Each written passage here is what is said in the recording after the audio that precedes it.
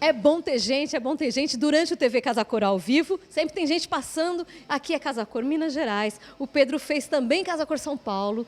Em Casa Cor Minas Gerais é uma sala que chama Sala Central. É central porque é o meio do percurso? Não, na verdade, ela é o centro da casa mesmo. É uma casa onde existem as articulações para o resto de todos os outros espaços. Mas, na verdade, pensa-se numa sala que inicialmente ela é o centro dessas atividades, e então é um lugar onde é para você ficar muito. Então, ela tem uma vista para a Lagoa da Pampulha, e então é um lugar onde a gente faz uma reflexão sobre os novos hábitos do brasileiro. A história de ficar muito em casa, de não se preocupar, nesse momento não vamos preocupar muito com essa história do lazer passivo, é muito mais para conversar, para refletir, uma possibilidade de leitura mais virtual, vamos dizer assim, e um lugar onde você pode só comer, tomar vinhos, ter uma adega bacana, mas dentro da tônica e do conceito que a Casa Cor tem proposto para essa edição no Brasil inteiro, pensar-se um pouco sobre a questão brasilidade, ser brasileiro e etc. Aqui em Belo Horizonte eu fiz um pensamento que inicialmente ele parece antagônico ao ser brasileiro, mas ele é exatamente o contrário. Foi uma busca de refletir o que é realmente ser brasileiro. Aí eu cheguei a uma conclusão que eu já venho pensando sobre esse assunto, que ser brasileiro é ser praticamente de lugar algum. A gente... É exatamente isso. Reflexões com Pedro Lázaro, de lugar algum e de todos os lugares. Exatamente, nós somos de qualquer lugar e de todos ao mesmo tempo. Nós recebemos influências múltiplas e continuamos recebendo o tempo inteiro. Somos um país super jovem, uma cultura ainda em formação, e espero que ela continue sempre em formação, o que nos dá mais capacidade de enriquecer e de produzir cada vez de uma forma mais solta e com mais identidade. Essa capacidade de ser múltiplo, plural e absorver culturas diversas, e nesse momento a gente se apropria dessa riqueza e faz da forma e vive da forma que nos convém e que nos é peculiar. Mas, ao mesmo tempo, a gente tem características que são regionais. Claro, totalmente. Então, a partir disso que eu trago para essa Casa Cor influências internacionais, o que nos influenciou nos últimos tempos no pensamento do design.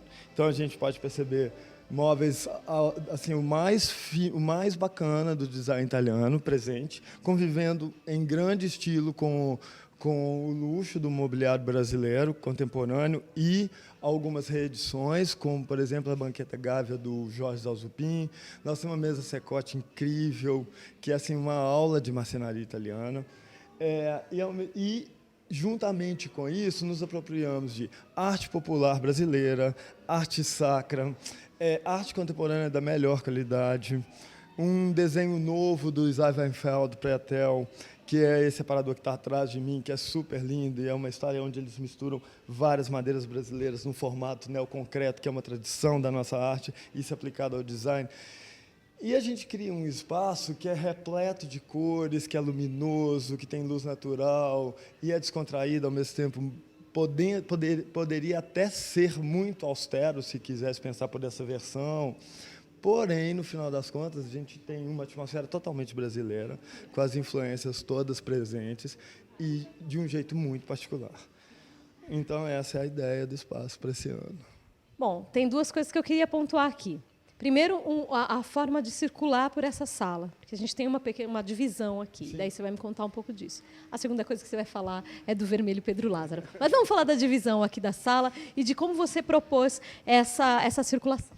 Na verdade, acontece aqui, não é bem uma divisão, que é onde se constitui aquela história que eu disse a você, que é a adega, que é um elemento que, ao mesmo tempo, ele tem o caráter funcional de abrigar os vinhos, cristais, taças, copos, pratos, etc., para fazer aquelas funções que eu disse, comer, beber, conversar junto às pessoas.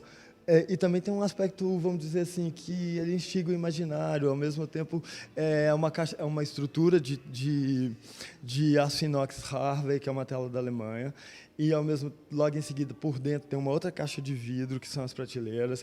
Então, tem uma sobreposição de transparências, e isso é muito típico do conceito barroco, essa dramaticidade, que é uma referência super clara a formatos de produção artística genuínos brasileiros, dando um caráter totalmente contemporâneo. Você acessa por trás e logo em seguida a gente tem uma bancada onde você pode comer rapidamente, conversando com outras pessoas aqui e tal.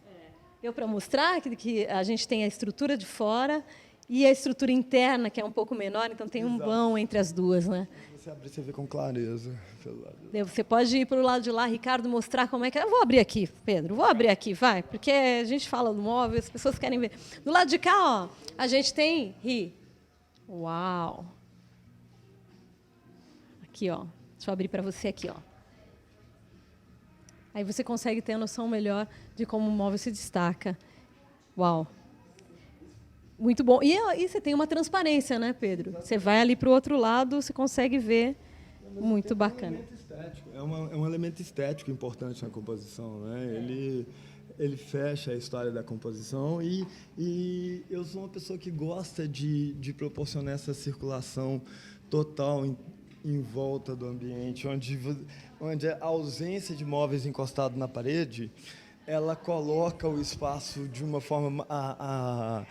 A relação fica mais íntima, as pessoas ficam mais próximas e o ambiente fica mais flexível. Você pode inserir outros elementos, você pode afastá-los para entrar outros.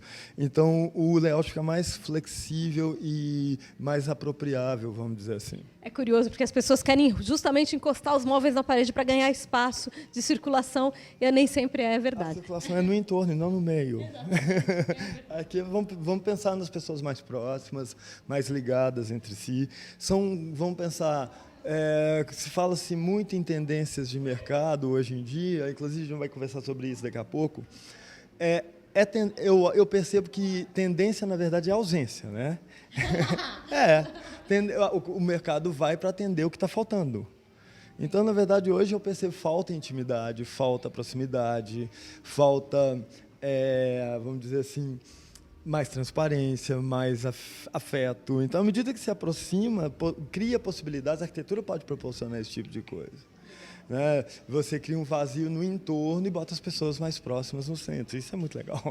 Você está descobrindo por que o Pedro Lázaro está praticamente onipresente aqui em BH. Todos os lugares que eu fui tinha alguma coisa sua. Essa semana é a semana do Demais, do Festival de Design aqui de BH. Então, agora você descobriu, né? Conhecendo Pedro Lázaro, você descobriu. Bom, você falou de escolha de cores. De fato, tem muita cor aqui. Ao mesmo tempo, ninguém vai passar por aqui e vai falar é uma sala colorida. Não, ninguém vai falar isso. Exatamente. É a questão da dose, né? E, ao mesmo tempo, uma coisa que vem da nossa tradição, isso já é muito mineiro, na verdade. Nesse momento, eu gosto de ser arquiteto mineiro. Adoro esse momento. Porque a gente, aqui em Belo Horizonte, aqui no Brasil, eu sou um arquiteto mineiro. Os arquitetos dos outros estados são arquitetos. Aqui, o resto é arquiteto mineiro. Eu gosto disso. Mas, na verdade, esse domínio que a gente nasce com ele, de dosar os opostos. Tem muita cor, se você contar, tem inúmeras cores. Mas, no final, essa dose de opostos, mas não é uma coisa colorida, mas tem uma parede inteira vermelha, listrada. Que a hora que entra a luz, o risco dessa sala inteira ficar cor-de-rosa existe. E não fica.